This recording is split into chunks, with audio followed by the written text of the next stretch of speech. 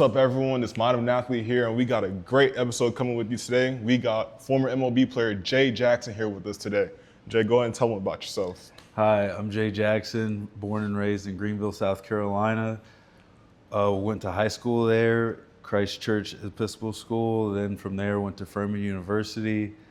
Just, enjoyed Greenville so much. And then from there, like you said, former professional, got drafted in 2008 by the Chicago Cubs. And after that, spent 17 years professionally playing around the globe and ended up retiring in 2025. And now currently just, trying to help as many people as possible with my new business ventures and being a certified public speaker and certified leadership coach. So trying to do as much as I can to help the community and help the next generation of players as well as just the people that are around me now be as positive and happy as possible. Yes, sir. So we're going to get through all of that today. So let's get straight to it. So what first made you fall in love with baseball, and when did you realize it could become more than just a game for you? My parents like to say that I was born with, all the sports and accessories and equipment in my crib, right? So a basketball, a baseball bat, and a football in my crib. But they tell me all the time that when I was in kindergarten and first grade that they asked us what we wanted to be when we grew up. And I always would say a baseball or a basketball player. Okay. So naturally, I just tried to progress to that as much as I could, and thanks to the support of my parents and the people around me, I was able to, ultimately achieve that goal. But the support they had for me growing up, it made me realize that dreams were possible, right? So just going through them and having them support me with that, and ultimately I realized I could be an athlete, and I was doing well at the sport. And then in high school, I was actually playing baseball, basketball, and football. And he told me to choose two sports, so either baseball and basketball, or football and baseball, or football and basketball, right? Yeah. Just so I could focus on my academics even more, because I ended up going to a school that was kind of like a private school in Greenville. Yeah. And so I wanted to make sure I got my best academically as well.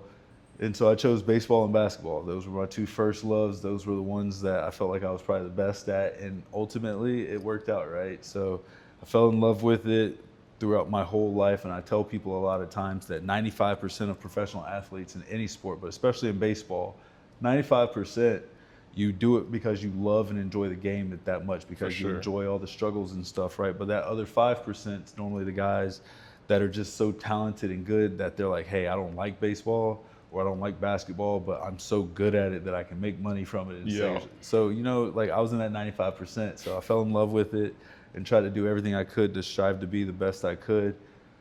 And luckily it happened, right? So, I think when I figured out that it could be something that I could do ultimately long term was in college. I was a prospect a little bit at my university, but I ended up being a prospect in the summer league I played in, which was the Great Lakes Summer League at the time. And I played for the Delaware Cows of all teams. Delaware Cows. Delaware Cows, which was in Delaware, Ohio of all places. Nobody's ever really heard of those places. But played for the Delaware Cows. I ended up having a great summer. A lot of people I met there were just fantastic. Again, support from all levels, right?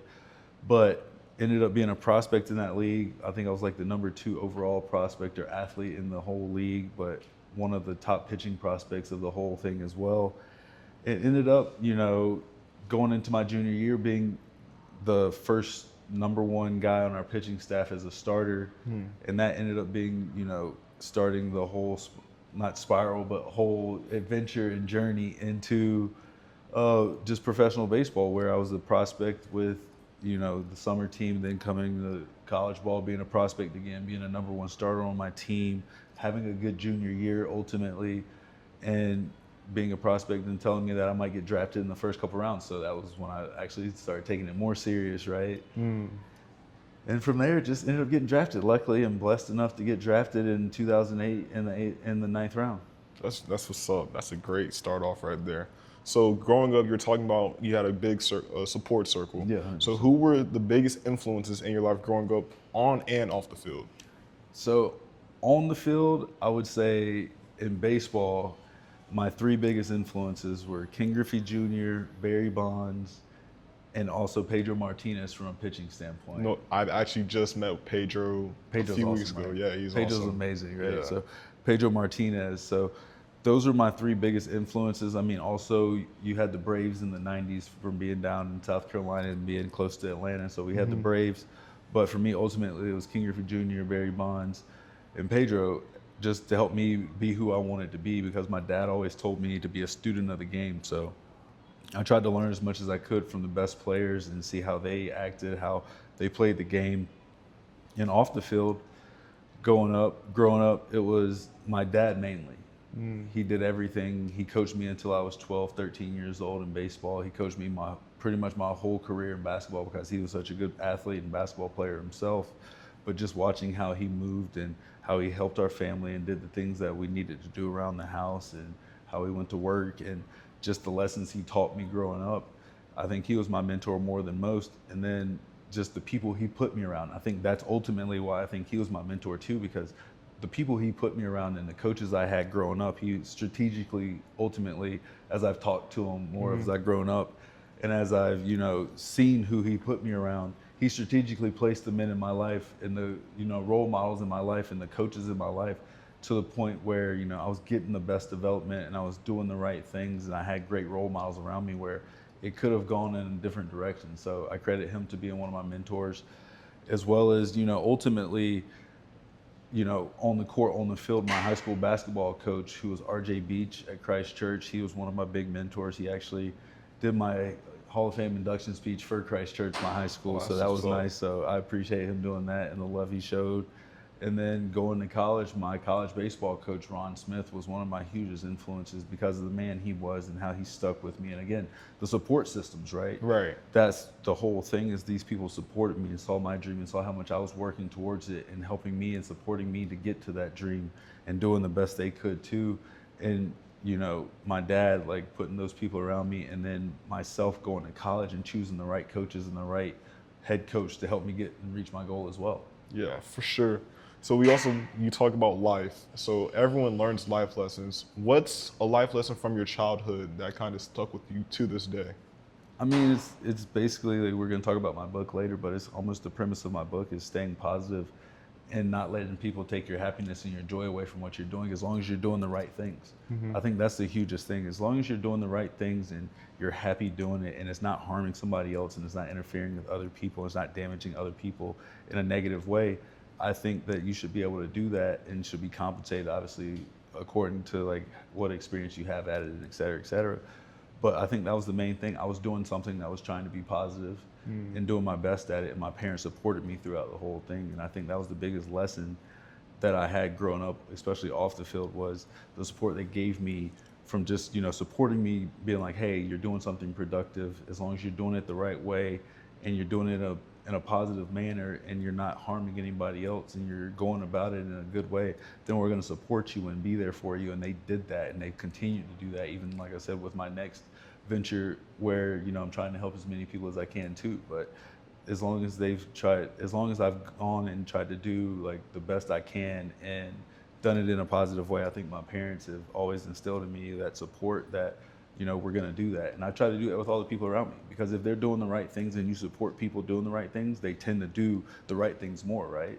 But if they're doing negative things and you give support to the negative things, people end up doing more negative things, because that's the support they get. And I think with society and the social media culture and, the clickbaits and, the entertainments that we have nowadays, you have more negativity in life, right? Yeah. And with that, you have to combat that with positivity. And it's harder to be positive through a lot of stuff that goes on in life, because a lot of life is negative. It's like negative. So yeah. Just trying to make sure that people around me get supported doing the positive things. And I think that's one of the major lessons I learned throughout my life. Yeah, so if you could go back to 15-year-old Jay, what advice would you give him? I don't know, because the advice I would give him is to enjoy the failures and the heartbreaks that you had growing up, because, I mean, we're going to go through a lot of them, especially heartbreaks, because I think those heartbreaks, emotionally wise, we tell, especially our young men, to be, like, cold and hard and try to get through them, right? But you go through those things to learn to be better yourself. And I think the failures and the heartbreaks should be intertwined. They shouldn't just be one or the other. The failures on the court, you can take them as life lessons, as well as the heartbreaks you take off the court in different things, with relationships, school, jobs, et cetera, right? You take those heartbreaks and use the life lessons that you have on the court with the same thing. There's another day. As long as I wake up the next day, I can start achieving the things that I want to achieve and do the best I can. But I think that, I would tell him that just enjoy the life that you have. Keep enjoying it and don't take it for granted. Because I think a lot of things that we do, like I said, we focus on the negatives a lot. So I think that just making sure that I focus on the positives and don't let those emotional downfalls hinder you so much and worry about other people as much as, you know, focusing on yourself. And I think that's one of the main reasons ultimately, like I said, it all ties back to like what I'm doing now. It ties back to, you know, what I'm trying to do with my app and help the next generation, is having that foundation of knowing who you are and enjoying yourself to be able to be a better person, to, like I said, make the people and the places around you better. I think that's ultimately, you know, the goal.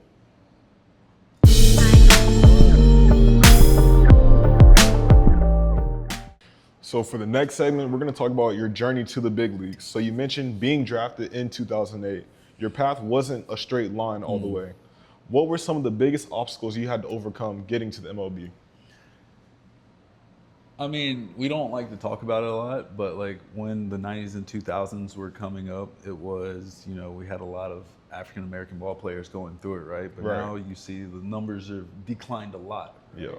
So I think that was one of the things, especially being an African American player, one, but two, also being an African American pitcher, because that's even rare, right? Yeah. Like that's one of the most rare things that you can see all the time. But like that was just, you know, the cards that were dealt. And I'm not going to say that played a part in kind of like my trajectory a little bit, but I think just, you know, different things you could kind of see, like the just grind that we had to go through, the level of expectations. I was a top prospect and fell off the map at a certain point. The amount of money and, you know, situations that we were living in, where when I got drafted, we were only making, my first couple years before I got to AAA, we were making less than $1,000 per month, and that was pre-tax. You know, and people are trying to live with families and girlfriends and trying to have their families with them and live their dream and things of that nature. And after, you know, short season, we didn't have like host families. Teams would have apartment complexes that we could, you know, team up and like double up in rooms and triple up in rooms and stuff. But there was no, you know, trying to just solo do it when you were making that much money, right? And you're trying to live your dream and trying to have the best possible, and you weren't getting the best nourishment at the time either. And then you grind through it to get to the other side. I mean, I'm glad those guys are getting as much as they are now. But that was just one of the things, you know. I think my draft day was just kind of like the start of everything that kind of happened. I mean, in my book, I talk about it a little bit. But my draft day, they told me I was going to be projected in the first, you know, 2 to 3 rounds. So going on the first day at the latest is what I was told. And we all know how that goes. As athletes going into college, as athletes going into pro ball and things like that, they can tell you one thing and hopefully it's right, but sometimes it's not. And so going into draft day, they told me I was going to be on the first day. So I had a draft party. Yeah. All my friends, family, you know, having people there with me and things of that nature. And first round comes, didn't really expect in the first round. They told me second, third round was a possibility. Second round comes, didn't really hear too much. Third round comes, and these, I don't think it was on TV at the time, but third round comes, and I had heard a little bit, but like nothing like definitive, and didn't hear anything. So we had everybody there watch the first day of the draft. I think at that time it was on TV, it was up until the 5th round, where not on TV, but the first day was up until the 5th round, where today I think is up till second. But didn't hear anything, so had to, you know, go make that long trek. Like, you know, Shedeur Sanders had to do like, hey, sorry, I didn't get drafted, blah, blah, you know. And it's a learning moment. It's a valuable learning moment, because I went off after I didn't get drafted and sat by myself for a little bit. And like I said, my dad being there and him being who he is told me like, hey, this is a time where, you know, you go out, tell everybody thank you for supporting you, being there for you, and, you know, you go about your business. And so I went out there and told everybody, you know, thank you, sorry I didn't get drafted, sorry this wasn't, you know, the night we thought it was going to be, et cetera, go from there. And then the next day, right after the day of the first draft, phone gets blown up by at least 10 teams. And they're like, hey, we're going to take you with our first pick in the next round, which is the 6th round, blah, blah, blah. We're going to take you, you're going to be drafted early and all this stuff, right? What happens? Nothing. Right? Nothing. So nothing happens. So first round comes for the next day, don't hear anything, go through it, sitting there. Next round, their 7th round, my agent's like, okay, well, if you don't hear from them in the 6th round, then for sure the 7th round happens, don't hear anything. turn the draft off completely. Go into a dark room, just sitting there, just like, okay, like You turned it off? Turned the draft off completely, and I was in another room, and I was thinking like, okay, what am I gonna do? Because I was supposed to go to Cape Cod like the next day, or I think that day, to go play summer ball again. After we were just talking about, I played in Delaware, Ohio earlier for my junior year, but going into my senior year, I was gonna be playing in Cape Cod, and so was gonna go to Cape Cod and got on the flight.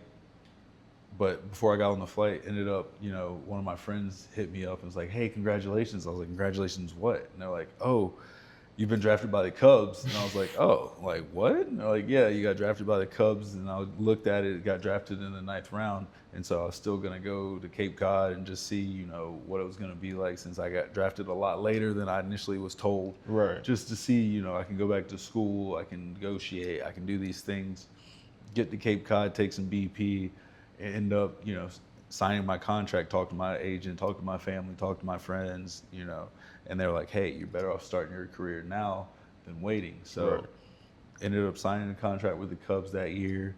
Started the year off in the Arizona League, which we all go to just to kind of do our physicals and make sure we're healthy, get some innings, get used to pro ball, get used to the facility, our new teammates and stuff, right? And then when short season starts, a lot of the college guys end up going to where that's at. And so I ended up going to short season that year, which was in Boise, Idaho. Went to Boise for about 2-3 weeks, played well. Then ended up going to Peoria, Illinois for low A. Played for the Peoria Chiefs there, went there for about a month and played well there enough to get called up to high A. So ended up being in high A. This is all my first year being drafted after a college season as well, right? So ended up going to, high A, which was in Daytona Beach, playing for the Daytona Cubs. Played there for the rest of the summer, which was I think like another month and a half, because we ended up going to the playoffs and winning the championship in the Florida State League. So I got to win a championship my first year in pro ball, so that was tight. So, did that my first year. That was in 2008. And then the next year, my goal was to make Double A, because I know Double A is close to the big leagues and guys were getting called up from Double A. Right. And so from there, I actually, ended up after spring training making the Double A team, going to Double A. Then I actually had some stuff happen, which with the organization, just different stuff, me and them not seeing eye to eye, me trying to be a good teammate. And there's some underlying things behind it, but ended up getting demoted to high A. Turned that, instead of letting it affect me to where it could have, and, again, kids nowadays like to say they're crashing out and stuff, right? But I could have let it affect me and crash out and not finish my dream, but turned it into something which I like to talk about, is turning lemons into lemonade. And ended up going to high A, back to high A, playing very well again, and ended up getting sent to Triple A by the end of the year. And so from there, I ended up being with the Cubs up until 2013, I believe, and I'm at the Triple A for the next couple years, and stayed there and played decent and had some ups and downs, and ended up from there asking for my release in 2013 and going and signing with my Marlins and being there for 2013. 2014, I ended up being with the Pittsburgh Pirates for most of the year, and ended up getting traded to the Milwaukee Brewers and being with their AAA team in 2014, ended the year with them. And then each offseason I would play in winter ball, which was in Mexico or Venezuela. Yeah. And then 2015, ended up signing with the San Diego Padres, had a decent year and getting called up, like you said, which we're getting to now finally. But in 2015, getting called up by the San Diego Padres in September after I thought I had a better year earlier in the year. Like I was pitching better, but things happen for reasons. And I ended up getting called up in September. So that's a blessing of how everything happened. Yeah, I think I have to hear everyone's minor league journey, especially after I talked to Curtis Granderson. He told me he was like 1 year he almost quit before he got quit called so up. many times. I almost quit so many times. I'm just the same thing that we were talking about earlier. Like I'm just lucky I had the support system that I did, because I think a lot of us, if we don't have that support system, and like I said, people either crash out or they ended up quitting, right? Like I had my mom and I had my dad, and they always made sure that my eye stayed on the prize, which was, enjoying baseball, enjoying the sport, and not letting somebody else or other situations taking the joy and love that I have for life, but joy that I had for the game away from me, to the point that I could make it to the next level. So like, how did your perspective change on baseball from the minor leagues to the MLB? Or did it ever really change? I don't think it really changed because, like, as much as I've traveled and played baseball everywhere, I've realized that baseball is still 27 outs no matter where you go. There might be extra innings, but 9 times out of 10 it's 27 outs. So it's what can you do in those 27 outs and play the best baseball you can to try to get a win. But I think you just realize how grateful you are for everything else once you get to the major leagues because, like, your dreams finally come true. I think that's what really hits home after a certain point. Is like, I'm living my dream, because you can't let that last too long, because if you let it last too long, you end up getting demoted, right? Because like you don't keep putting in the same amount of work. You have to realize that the grind that you put in the minors, you have to still do it in the majors, because that grind doesn't stop. Even though the perks and the benefits might be better, but the grind doesn't stop. You still have to work out every day. You still have to make sure you're putting in your time and effort into what you're doing to be the best you can every day, because when you make it to the majors, you know, you're in the top 1% of the 1% at that sport at that point. So it's realizing that the grind gets harder and there's more people that are hungry and want your job too. But at the same point, like, I just feel like the mentality can't change that, you know, you just made it to the big leagues, because I think a lot of people take that for granted. You can't take it for granted. So every MLB player, I asked them, what's your welcome to the big league moment? Ooh. Welcome to the big league moment. It had to be, you know, my debut. I got called up in September, and again, the story behind that's crazy too, where a lot of guys during September, you either normally get called up the 1st of September when everybody gets called up for your team normally, but that year our team had played well and we were in the playoffs, so they didn't call anybody up. They called like 2 guys up in the 1st of September, but they let everybody else stay to try to win the championship in AAA and do that. And then even after that, we had played our last game, and they still didn't call anybody up that night after our last game. Wow. So everybody left the next day and went home and did everything they were going to do. I ultimately had stayed in El Paso just to kind of gather my thoughts, enjoy the season, and relax one day and pack up everything and not just, you know, rush out of there like everybody else. And they called me the next day, which was weird because, like, nobody expected it, right? So we were all like, yo, like, and a lot of guys, like I said, were home already, so they had to fly guys instead of from being closer in Texas. And our debut and where we were at for the team at that time was in Arizona. They were playing the Diamondbacks at the time. Guys were in, you know, Florida and North Carolina and New York and things of that nature, right? They had to go all the way. They had to go all the way back, right? So they ended up calling me up the next day, and I was like surprised and all this stuff. And my welcome to the big league moment was, you know, I've been pitching well that whole season so far, and then I go in that game and I don't even get out of the inning. Like, I gave up 2 runs, and luckily, I say a shout out to my homeboy Marcus Mateo. He's one of my teammates when I played with the Cubs as well. But then we were on the Padres together as well that year, and he had a fantastic year that year. But shout out to him that he cleaned up my inning and didn't allow me to give any more runs up. So, you know, he finished the inning off for me. But from there, you know, my welcome to the big league moment was just literally the amount of runs I gave up that first year, and then my pitching coaches and the people around me, again, supporting me through it, because this is before the data is as crazy as it is right now and as in depth as it is right now. The pitching coach looked at it after I had a couple outings where I gave up a few runs. He's like, let me go look at the film and see, like, how we can fix this, right? And he came back to me and he was like, you know what, like, you're making good pitches, you're making quality pitches, just keep doing it. You know, the odds are going to turn in your favor eventually. Just keep trusting yourself and keep making those pitches. And so that's what we took from it. And I think, like, having somebody like that do that at that point in time and supporting me and knowing that, you know, it was just kind of like one of those times where it was just, like I said, welcome to the big leagues. Like, you can make good pitches, but it doesn't always have to end up in being, like, you know, what you thought it was, the outcome being what you thought it was going to be. So after that, you know, I think that was my welcome to the big league, my whole first month in the big leagues. Yeah, first. I hear it a lot. Good pitch, better swing, or even like good swing, better pitch, all that stuff. You know, so 100%, I definitely understand that.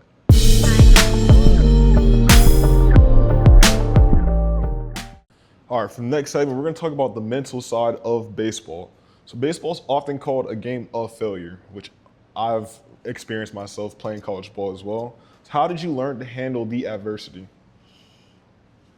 How did I learn to? You just go through it. Ultimately, you just have to. And I think like again, I've said this and I've harped on it a lot. And again, it's no discredit to a lot of the coaches that are coaching now, right? And a lot of the ones that are developing kids at this level, in the highest level. But there's only but so many guys that have played in the major leagues, right? There's only less than 24,000 of us. But the guys that are developing these guys now from a mental side of it haven't been there, and they're not.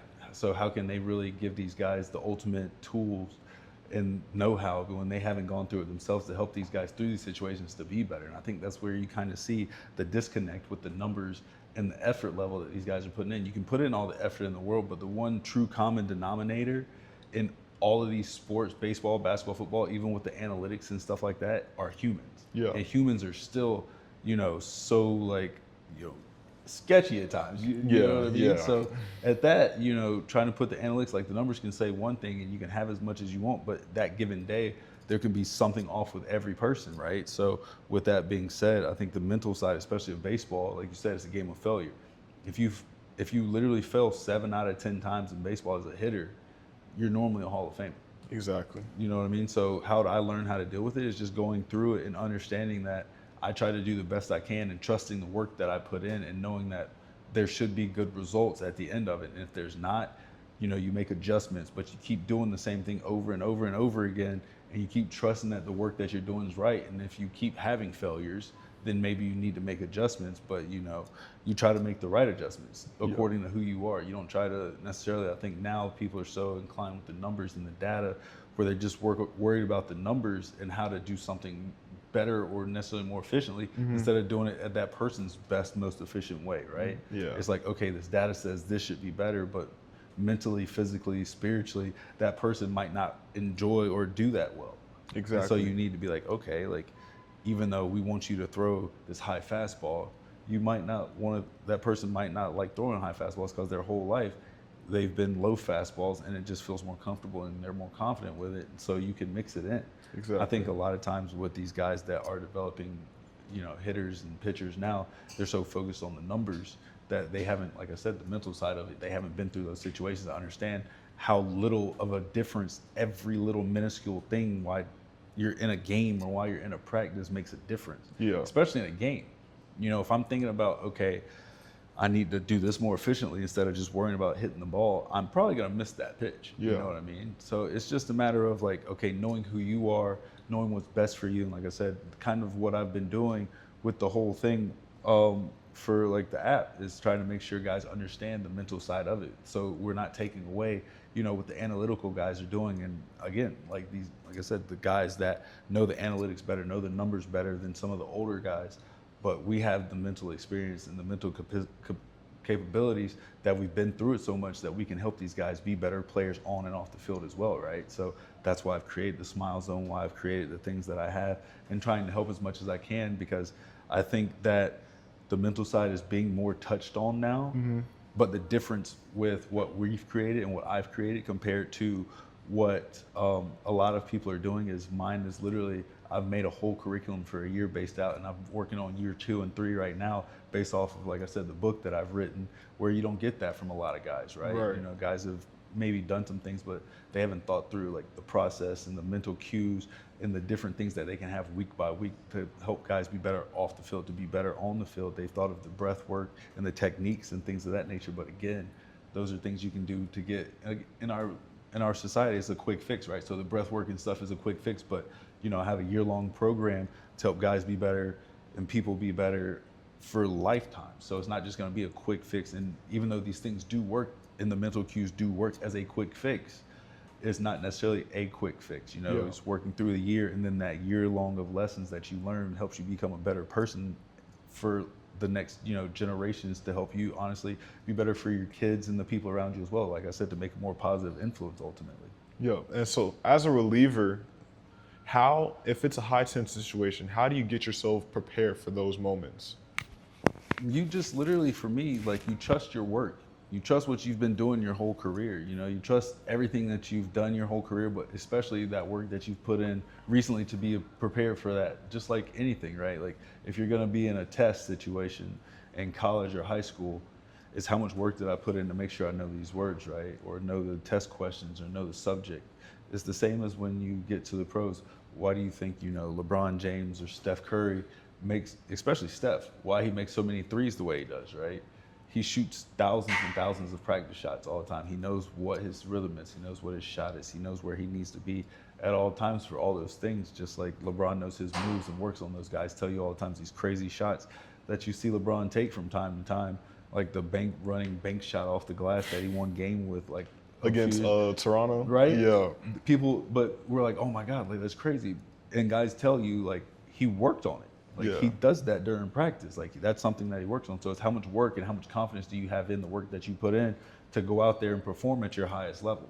So just like now with me being a public speaker and stuff, one of the things that we learned is, okay, to be the best you can at even giving your speeches is how much work and how much dedication do you put into critiquing and being better for, that speech and that opportunity that you're about to have. And so it's how much work and time do you put in, just like going out and pitching in a bases loaded situation. How many times have you been in a bases loaded situation? One helps that situation, right? But how much work did you put in the bullpen before you walked out there? But how much work have you put in the bullpens before you got to that day? Exactly. How much work did you put in, and what were your other outings like, and did you learn from those outings to not make the same mistake, because you know that they're worried about and they've seen the videos of your last outings as well. So it's all about the work that you're putting in to be confident for when you go out there, and then when you go out there just executing and trusting and being confident in what you're doing. Because the worst thing you can do is go out there and not trust what you're doing. I've done it plenty of times, and those are the days you have the worst outings, right? Because you're like, yeah, I know I'm good, but dang, I should have probably done a little bit extra here or there, and I could have been more prepared, and then it spirals, and then now you're not thinking about what you actually need to do. So as a reliever, I know that some guys have their own superstitions, especially all around baseball. Were you superstitious with your routine at all? I went through my different phases, 100%. I think we all do. I think that's just people in life, right? And I think that should be a habit, but it's having the right habit with it, right? So doing positive things like I was talking about earlier and continuing to do the positive things, should it be superstitious? No, but it's a pattern of being positive and bringing positivity to your life, where a lot of people do the same thing with negativity. But we focus on that more, and we focus on sports more than anything else, because we see like these win streaks and stuff, right? Yeah. When guys do win streaks, like, okay, so what were you doing? Guys, like when you're doing good things, especially as athletes, we realize that. Like if you're doing good things and positive things, you want to continue to do the same thing as much as you can to get that same outcome. 100%. Right? But again, the definition of insanity is doing the same thing over and over and expecting a different result. So, we'd be insane not to continue to do the thing that's working. Exactly. But, people, like I said, with clickbait and stuff like that, we focus so much on the negative that people will notice when things do negative or positive. If people have patterns, you notice it more, right? Because you're like, oh, you're doing the same thing over and over and over again. And now it's like, why do people get famous on like streamers and Twitch and, Instagram pages and stuff like that? It's because they've worked so long and people have fallen in love with them doing the same thing over and over again. So they know what they like and who their niche is and what they can provide. And that's just life. Yeah.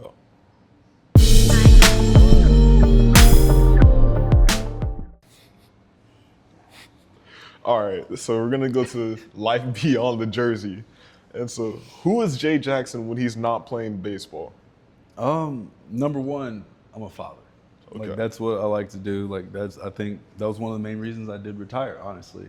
It wasn't just my body, that was number one. But the other reason was I loved spending time with my son. I loved being there and me traveling to a different country and being away again and trying to do that and be, there with him, especially with him being born at 24 weeks when he was born in 2023. So I wanted to make sure I spent as much time as I could with him, since that season I was playing at the same time while he was in the hospital for 166 days. So wow. Me trying to go back and forth and only seeing him here and there, I want to try to make sure I spend as much time with him as possible, and me continuing to, go away ended up not just, I just felt that I wasn't going to have as much fun as I needed to be as productive as I needed to be. So why not just give that spot to somebody that's going to be hungrier and enjoy that spot a lot more than I was at that time. So that was ultimately one of the reasons I retired as well, was to spend more time with him.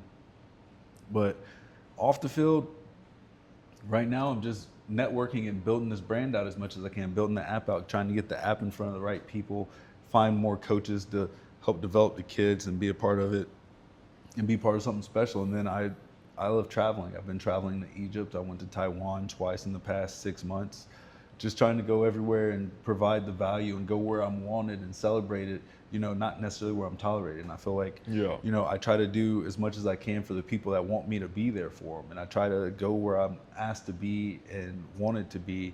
And, sometimes it's not home. Sometimes like people outside of your hometowns and your home countries appreciate what you do and respect what you do a little bit more. So I've been going and trying to help people in other countries and different places, and even my home city. Like, I love giving back to Greenville and being there as much as I can, but you feel overlooked sometimes. And so just trying to enjoy life, you have to go where people want you to be and that they accept you, not just accept you, but they celebrate like what you're doing and what you're trying to do, and the ultimate thing of, trying to help the people out there. So other than that, like traveling and helping people with baseball, with, like I said, the mental side, and writing books, and, taking courses to be a leadership coach, and a course to be a public speaker, to just do things, like I said, to help people be more positive and the people around me be better themselves. If I'm not doing stuff like that, helping kids with baseball, then I'm really playing video games or trying to go eat different places. Like I'm a What are you playing? I've been on Fortnite a little bit lately, and I'll go Call of Duty from time to time. I'm a big Call of Duty guy, but I mean, that's just kind of the end of the night, kind of to relax after like a crazy day when I've done meetings and stuff.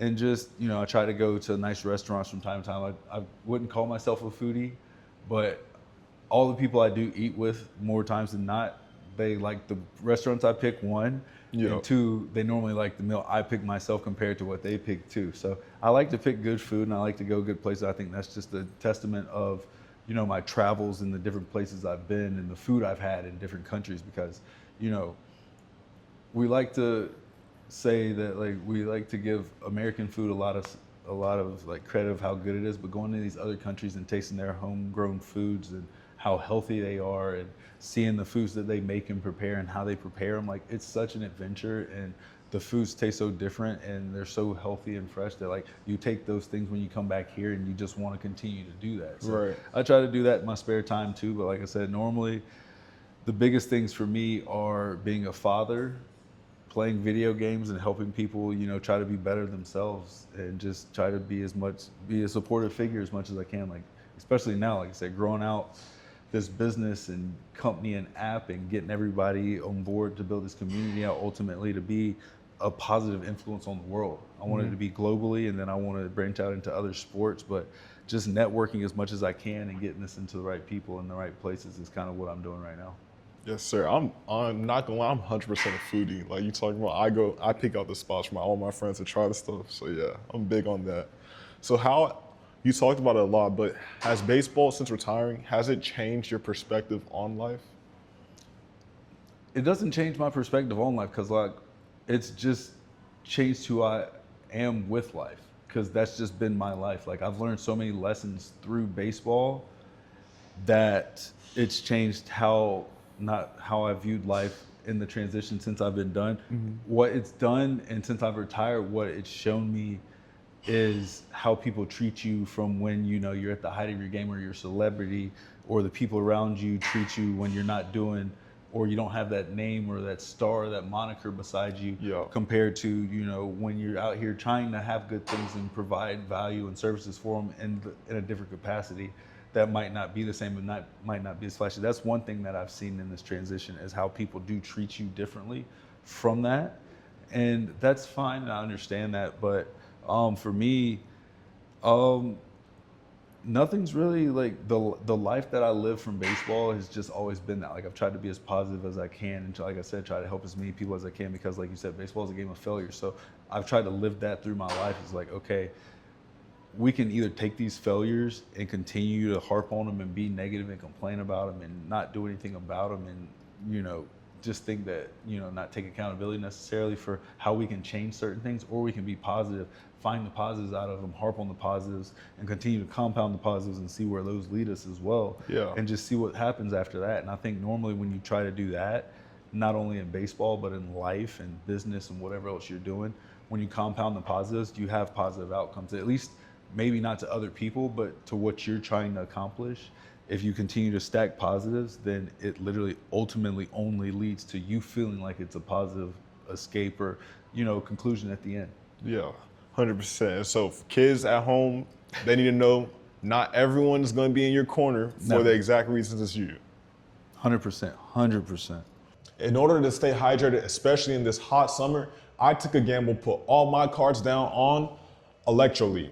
Electrolyte is the newest hydrating brand where it's non-GMO, gluten-free, and it's vegan.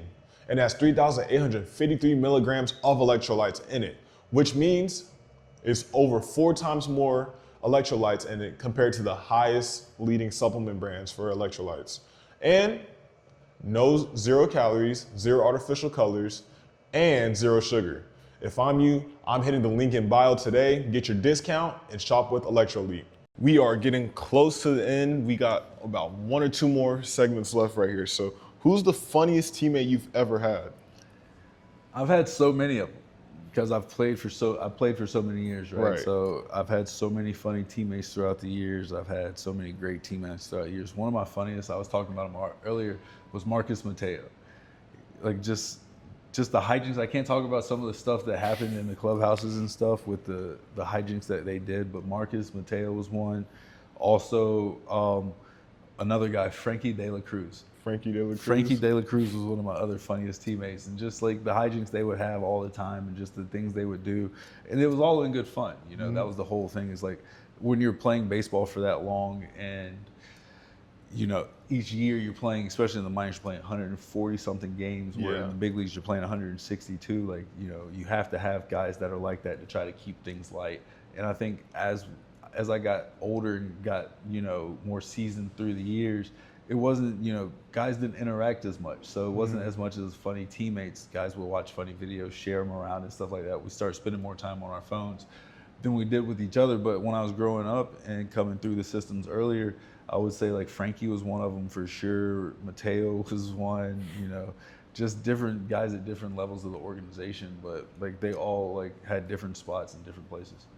And so who was the toughest hitter you've ever faced?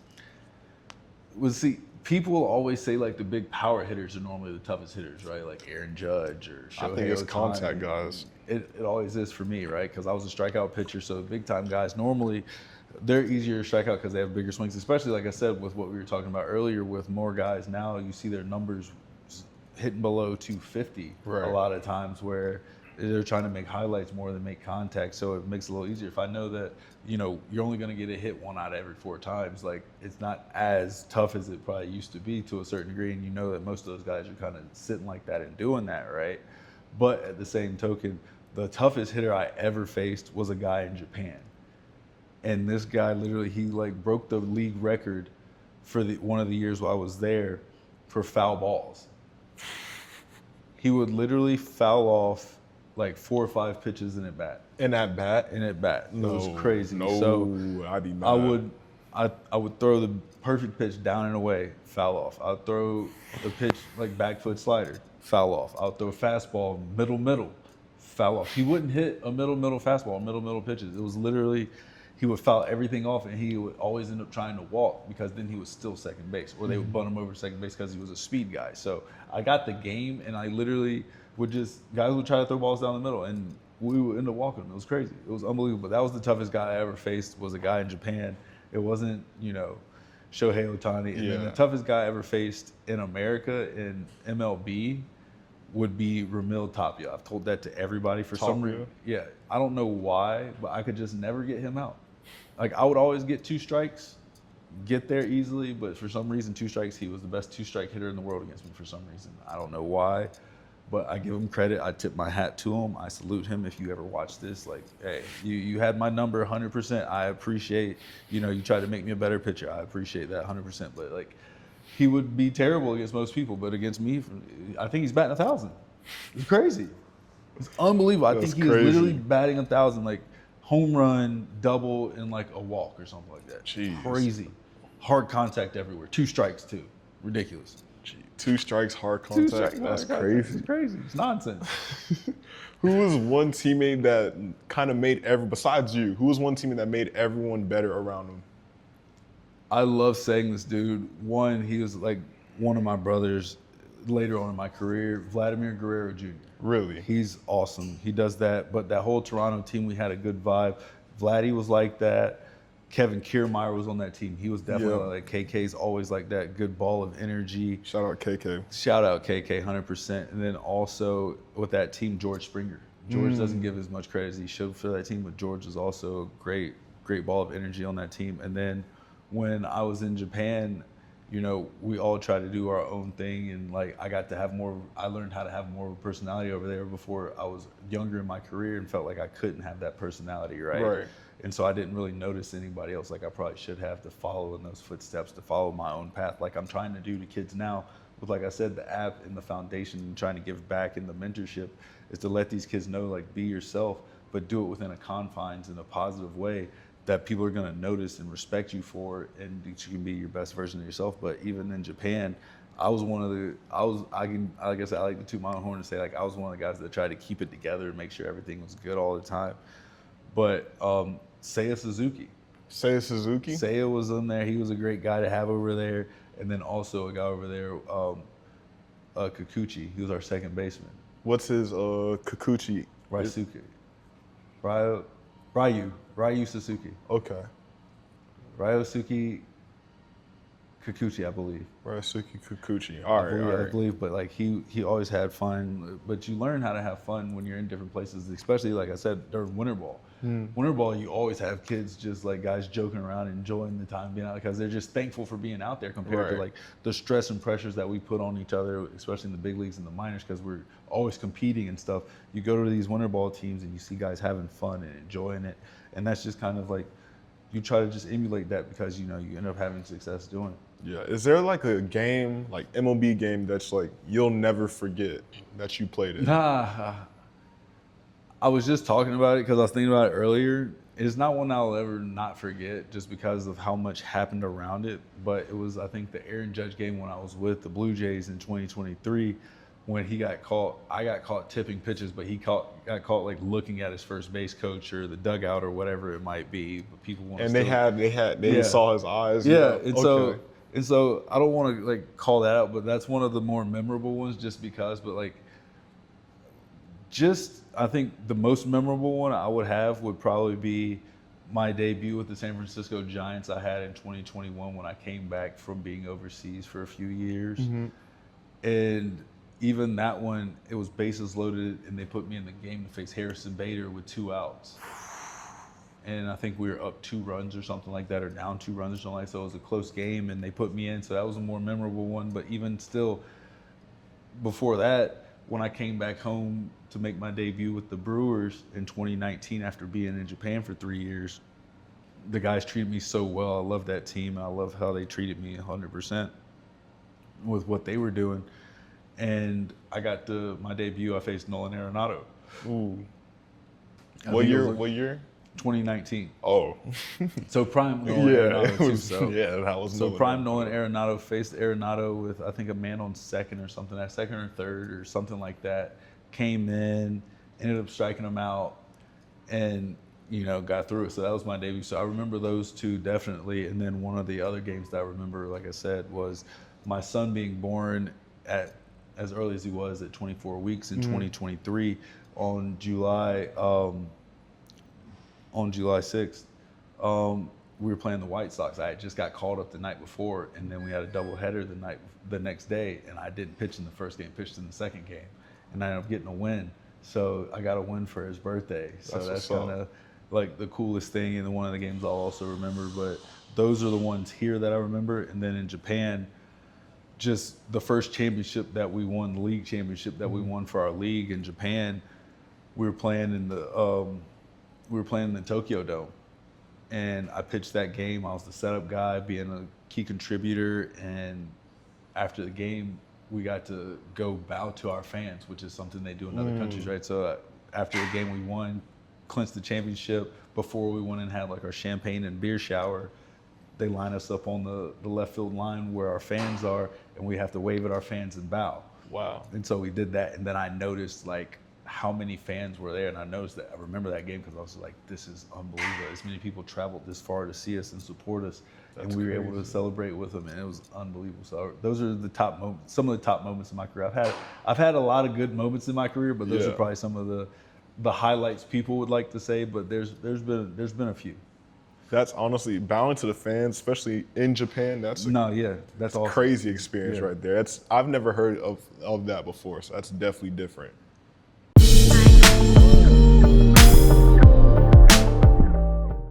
All right, so we're going into one of our final segments here, advice for the next generation. So for the young guys watching, pay attention right here.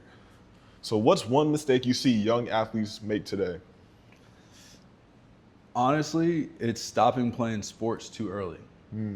I think one of the reasons I created the app and the program and I'm doing what I'm doing is so everybody wants to continue being themselves and enjoying the sport that they're playing, and not, the pressure that everybody else is putting on kids, especially at a young age now with, parents being pissed off and having long car rides home with their kids, not talking to them after a bad game, and the kids are 9 and 10 years old and not understanding what's going on. Or these coaches that, are trying to do the best they can, but don't understand the concepts of what they're doing with the pressure they're putting on these kids to a certain extent.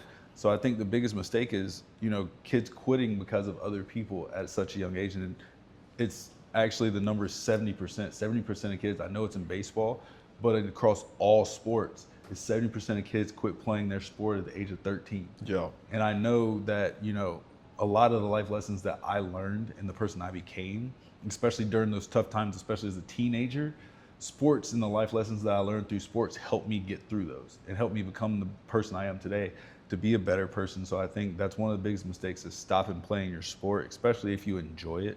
Don't let somebody else take your happiness and your joy away from you, especially when it comes to those things.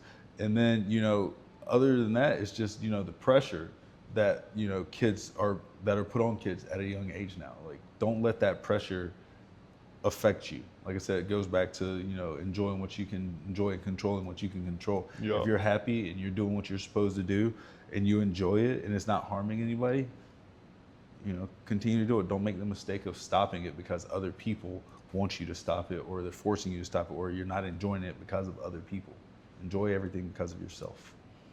So if you're a high school pitching coach tomorrow, what's the first lesson you're teaching your pitchers? To throw strikes. Please tell you got to start off 0-1, right? Throw strikes. Please. Like, my guys, if any of my former pitchers listen to this, they'll tell you, they're like, oh, I want to throw harder, I need my velo up and all this stuff. I'm like, it's not going to matter if you don't throw strikes. Exactly. It's like, if we get you throwing strikes, then I can teach you how to throw harder strikes. Like, that's easier. And people are going to notice that more. And the main thing I told my guys was, hey, if you're doing the right things, that normally leads to better consequences, like I said before, and positive things. And if we're getting positive things, that means you're winning more games. And if you're winning more games, that means more scouts want to come see you because they want to know why you're winning games. That's what people don't realize. Like, you can have the talent, but the talent doesn't look good, people don't want to see it. Exactly. So for me, it's, hey, make it look good too. If it looks like it's winning and it's winning, then it's winning. You know what I'm saying? If it looks like a duck, it quacks like a duck, it's a duck, right? So if it looks like it's winning ball and it's played like winning ball and it feels like winning baseball, then it's winning baseball, and people want to see that, and it's going to attract more people. You're going to have more fans. You're going to make more money. More scouts are going to come. Things are going to keep happening if you do things the right way. And if a young player only remembers one thing from this interview, what do you hope it is? I think it goes back to, don't let somebody else take your joy and your happiness away from you, especially if you're a ball player. Don't let somebody else, again, we were talking about earlier about people wanting to quit. Yeah. I wanted to quit a bunch of times throughout sports. And like I said, the people around me, which is why I'm doing the app as well, like the support system I had with my parents, the one thing they would always ask me when I wanted to feel it, and I felt that way, was, hey, are you enjoying it? Are you having fun? And my answer normally was, I enjoy the living daylights of it. I'm having fun, but it'd be because of the political issues or because I'm getting sent down, or et cetera, et cetera. And my family would always be like, exactly, you just said, but Why is there a but? If you're enjoying it, don't let there be a but. So the one thing I would tell kids, whatever you're doing, as long as it is not harming somebody else or interfering with other people's happiness and things of that nature, as long as it's bettering other people and encouraging other people to do the right things, don't let other people take your joy and your happiness away, because that's going to make you better, which is going to make other people around you better. And again, the more that we can have a positivity snowball instead of negativity snowball, the better I think this world and the life that we can live and everything can be. And so now we're gonna give you opportunity. You got a 2-minute quick sell. So let's talk about your book, and then let's talk about your app and everything. Sell it to the audience. You got 2 minutes, make your best pitch. 2 minutes. Hey, the book, first of all, the book is free except for shipping right now. So that's number one. Ooh. All you have to do is pay for shipping on the book. So come get a copy of the book right now. It's called 9 Innings to Living Your Best Life. It's for everybody. It looks like it's baseball, but it's baseball themed. It's a book for everybody. It's a positive mindset, self-help book, honestly. So definitely grab your copy of the book. But as far as the app, I brought flyers for the app too. The app, we have the app right here. It's $99 per month to join the app as a community. With the community, you literally get advice from all the players that we have, just building a community of positive and smart people, right? Just helping the kids develop and be better people on and off the field. You get the curriculum, you get, like I said, advice from me and the rest of the guys in the app and the activity feed and things of that nature. You can also get your own mentor if you want to and pay for it, but you also get 2 calls a month. One for the parents and one for the players. So therefore, like I said, we're not just making sure that players are better, but the parents are there to make sure that we have this whole ecosystem of support for everybody. So like I said, get your book, first of all, 9 Innings to Living Your Best Life, but then also join the app. Like I said, all these kids and all these places charge you so much for lessons and experiences and AU travel ball and stuff like that already, right? Why would you not learn from people who've been there before for such a low cost? It's 99 bucks a month. Yeah, compared to that. You're spending what's the app? What's the app name? The app name is the Smile Zone. You can check the app out at smilezone.app, or you can DM me at Jackslin58. You can catch the app on IG as well at smile_zone app. You can catch us everywhere. I'm just trying, like I said, to get this into the right places to help as many people as possible, to make sure these kids are developing to be the best players and best people they can be, to make sure in turn that this world can be the best place it can be for everybody. And y'all see he's got the chain on too and the shirt. That was tough. All right, so now we're gonna go into the final part right here. This is gonna be the section I call rapid fire.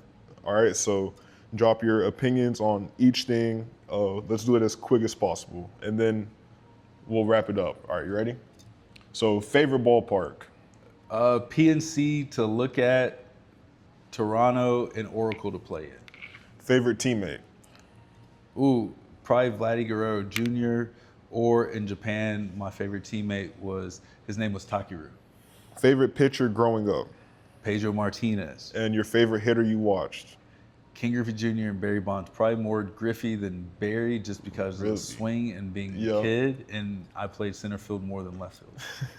Your walkout song? Favorite walkout song? Yeah. Ooh, I had some tough ones back in the day. I've ran through them. I tried to make sure I literally had a walkout song to coincide with whatever city I was in. Ooh. So Toronto, I had Sticky. So that's one of my favorites. Okay. But in Buffalo, I had Neon Guts. Okay, I like that. Lil Uzi? By Uzi. So it was like that. Neon Guts was probably my favorite of the ones I've had recently. But I think one of my favorites was in college. I had Soulja Boy. I think it's like, what was it? Soulja Boy. I'm already laughing about that. Turn My Swag On. Oh my god. Yeah, I think everybody had that one back in the day. Right? Yeah. I think we all rocked it, but that was probably one of my favorites because, hey, everybody was turned whenever you played it. Yeah. Everybody. It didn't matter where you was at. That thing came on. It was, okay, somebody's getting busy. Like, it was like, hey. All right, so your favorite baseball movie? 42. 42. 42 is number one. Mr. 3000's second. Field of Dreams is probably third. But 42, I was actually had a chance to be in that one, but Really? I actually had to go to play actual baseball in like spring training. So they were like filming during the time that I was actually gonna be playing. So, All right, dream vacation. ooh, dream vacation. I had it set up. We were gonna go to South Africa and go to Johannesburg and spend 2 weeks down there. That's number one on the list. Number two on the list would be going on a 2 week excursion through Europe and hitting like 4 or 5 countries. Because I've been to most other places at this point. Yeah. Like I would love to go back as a dream vacay to go back to Japan and experience it as just a tourist and not as a player. But I don't know if I'm gonna be able to do that because they still know me a little bit over there. Yeah. But I think the European and African safari vacations and just going through those two, I think they're on the list right now. One word that describes your career. One word? People don't want to. I would say sometimes I'm their favorite baseball player's favorite baseball player, low-key. But I think because all the people I ran into, I feel like they've all had a positive experience with me. And I think my career as a whole, I think one word would be positive.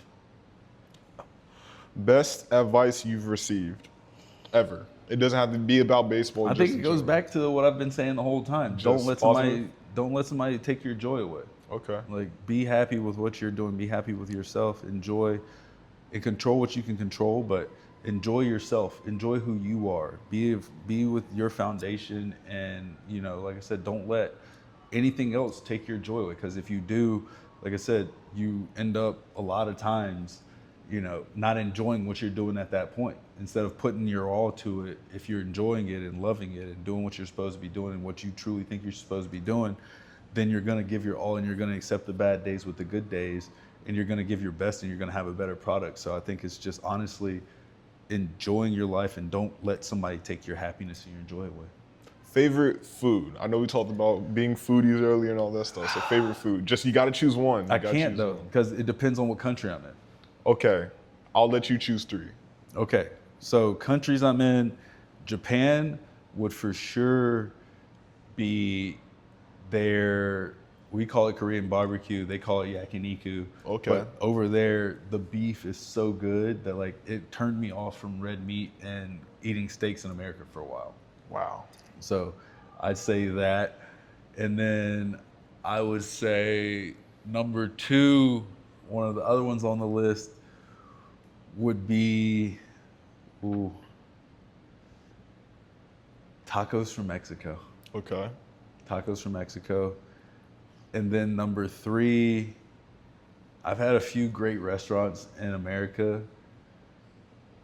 but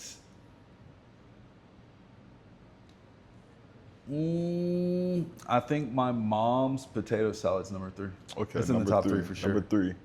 All right. And so one last thing, we know the MLB lockout debate is heating It's not a up. debate. Yeah, it's coming. It's coming. Let's be real. It's coming. So the main thing people are talking about is the salary cap. So I want to hear your opinion on it. Do we need a salary cap? Do we need a salary floor? What's got to go on? I don't think we can definitely have a salary cap just because we've seen how it works. I think that's the main gripe, because we've seen how it is in other sports, right? Yeah. And it doesn't necessarily help everything.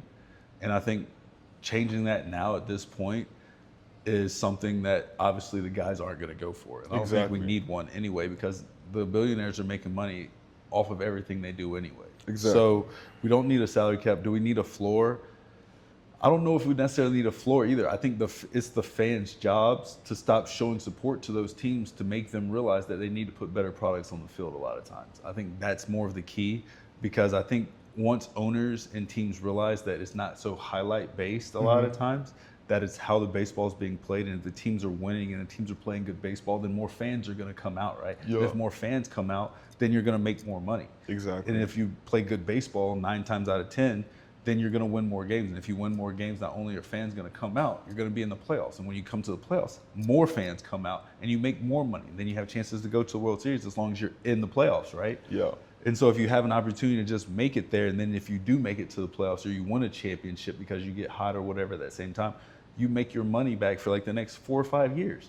But I think teams and owners, again, there's a lot of people that are developing these guys and having these guys that have never played baseball before. So they're looking at it from a business aspect and a business form of this, and thinking that AI and the numbers and the data can solve everything. When, like I said earlier, is the one main thing that stays consistent through all this. If you change everything, the data and all the stuff, is a human. Yeah. And a human is literally the most shaky thing that you can have, because of, you never know what could really be going on. Exactly. So, for me, are we going to have the lockout? Yes. Should there be a salary cap? No. Are there other things that are probably more important than the salary cap in the CBA? Honestly, for me, yes. Like the amount of rounds that they're talking about taking away again. I heard about that. The amount of minor league teams that they might be taking away again. Things of that nature, because you're taking away more opportunities for these guys. People are like, oh, well, now organizations know exactly who to draft and blah, blah, blah. And like now it's an easier time, or it's a harder but easier time to get to the big leagues. But that's not necessarily true. I think it was harder back then because your talent pool was bigger, right? So now you have more people to choose from to put the best product out there. And does politics get involved in that sometimes? Yes, no, maybe so. But you still have to choose to put the best product out, ultimately the best product out there. You have to have more of a choice. And if you're going to rely on, deleting some of these, rounds from the draft and having guys go to indie ball and do these other things and build other leagues around it, then where's that other money and extra stuff going to come from? Because now you're going to have to, with no salary cap too, and all these things, it's not an argument against it, but now you're going to start putting more money into, like they said, the rookie, salary is going to go up from like $750 to like 1.5. You don't need 1.5, honestly, as a rookie to go through that. Right. We were making, when I first came up, it was like $400,000, $500,000. Yeah. I get inflation and everything, but at the same point, if a rookie is making $700,000 at this point, 700 is good. Yeah. Let that go to those minor leaguers and those other guys, that we can have more teams, so you can have more competition to get the best players out there, so you can develop the best players and start having coaches, and then you can have money to pay these coaches to have better coaches to develop these guys as well. Yes, do you need the analytics?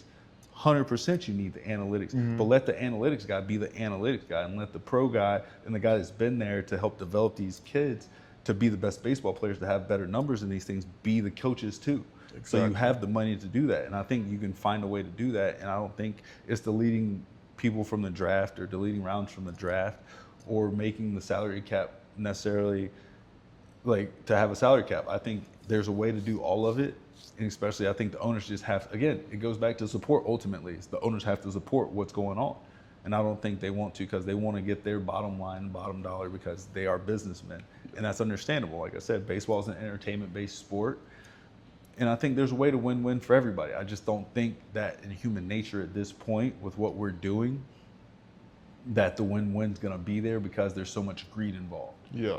People want to one-up each other, and they want to, you see it in politics, right? Yeah. Everybody wants to one-up each other. It's the left versus the right, blah, blah, blah, instead of being for the people. Like, this should be for the fans and for the players. Exactly. Because if you make it for the players, you're going to get a better product. Right. And then you're going to have more people want to enjoy baseball and come out. So salary cap, bad. Ultimately, sorry I got long-winded on that, but I feel that's what we need. It's but true. I feel like all baseball players feel that way. It's like there's more to it. Exactly. And I think you miss a lot of it if you just think about it as, like it's owners versus players and it's the salary cap. No, there's so much that goes into it that, people don't understand, because people look at it from a fan's perspective, where, players live it, listen, and it's ultimately, again, the media spin on it. Who can get the most media traction to have people believe their side of the story first, and who can have more people believe their side of the story. And I think I have one thing about the salary cap. I 100% agree with you, and I can't relate to it as much as you guys, because I haven't been in the MLB to experience that. But owners as a whole, if they're not signing players to improve their teams like they should be, especially like, for example, the Angels, their owner, he's top 10 in wealth in the MLB, like MLB ownership. People should be, I think, there should be consequences if your team's not performing to a certain extent. You're not doing anything to make it better, especially from after the prior season.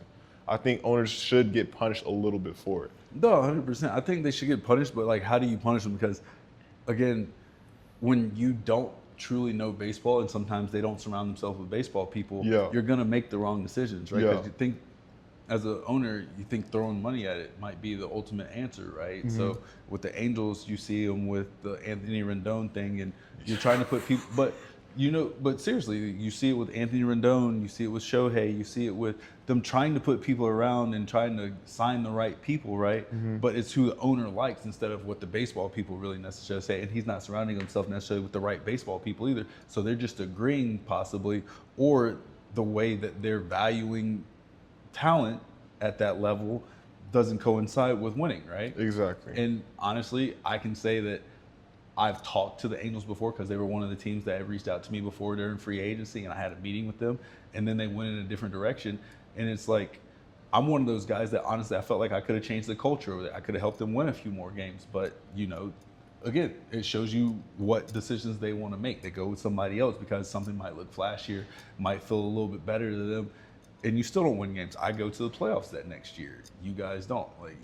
Things of that nature. Yeah. And it's, it's just throwing money at it. It's like, yes, should there be consequences, but what's the consequences really going to be at that point? Because the consequences of him wanting to better his team because of what he thinks is better, you can't really fault him on that because he doesn't know any better. Yeah, you're right. You see what I'm saying? Yeah. And when you hire people, and like I said, when you hire people that, are in head positions like pitching and catching and managerial roles, and like, again, no discredit to the Marlins and other people in places, that these guys haven't played at a high level and they're just following orders and stuff, you get the results you're getting. Yeah. Like the Marlins are playing well right now and the Red Sox are playing well right now, but it's still a long season, right? Yeah. Like you have to wait till this plays out. The Giants, same thing. The Giants, that just shows you kind of, and I love my Giants fans. I love you to death. I swear to God I do. But I'm not going to co-sign Buster and all those guys hiring Tony Vitello after just being a college coach like that. I can't co-sign it because it's a different ball game still, you know what I mean? But again, like I said, should there be consequences? Like, how do you tell an owner or a president that, hey, you made the wrong choice? Right. Because even with the players, like I said, for that one necessarily, with the Angels, with the Giants, that's a manager thing. And then he brings his staff in that doesn't have a clue, necessarily a clue, but brings people in that have never worked with professional ball players either. And then he does that, and it costs you wins as well, right? So what do you really do? What's the consequences of that? Because you think it's the right move because you feel like that's going to better your organization, but that's just a fan mentality instead of a true baseball mentality, right? Yeah. Yeah, I think, honestly, you're right. You're 100% right on this. I'm going to have to go to the drawing board. I'm going to send you something for real. I'm going to go to the drawing board. How can the owner be consequence if they're 100%. Not improving their team? I'm fine with that. But I'm fine with that. But we got to figure out how. That is figuring out how, because like they're fans more than anything else, right? Yeah. And at first, it was, you saw a lot of these teams that were owned by families and people who love baseball, and then they would hire baseball people around them because they were their favorite players, and so you're getting the hires of the baseball people. Yeah. But now you're getting, again, more people that are business-minded people, venture capitalist firms that are taking over these teams, where they're looking at the bottom line instead of hiring the right baseball people necessarily. They're hiring people that they think fit their same molds, which are, business people or highly educated people, which at the same point, that's fine. But you still need the baseball people. Yeah. And you still, if it's going to be them playing baseball, you need to ultimately listen to the baseball people. Yeah, I think that's the goal. And I don't think they're willing to do that because as humans, ultimately, our egos get the best of us. And I think that's what you see in these teams that do struggle, is the fight between the baseball people and the normal people, or the business people and the front office, is because they're not all like aligned together. That's why you see the Dodgers work so well. Yeah. They figured it out. You saw it with, the Red Sox. They fired 90% of the baseball people out of nowhere. Like I said, they're going through a hot streak right now, but that first get-go was, again, it's not a good look. Yeah. You know what I mean? And like, you can have all the talent in the world, but if it's not being developed by the right people, then it doesn't get developed in the right way. Yeah, 100%. Yeah, we've had a great talk today. I hope you guys enjoyed this episode. Jay Jackson, I appreciate you joining us today. No, I appreciate you. Yes, sir. And we're going to tag his book and everything in the video. So thank you guys for tuning in. Appreciate it.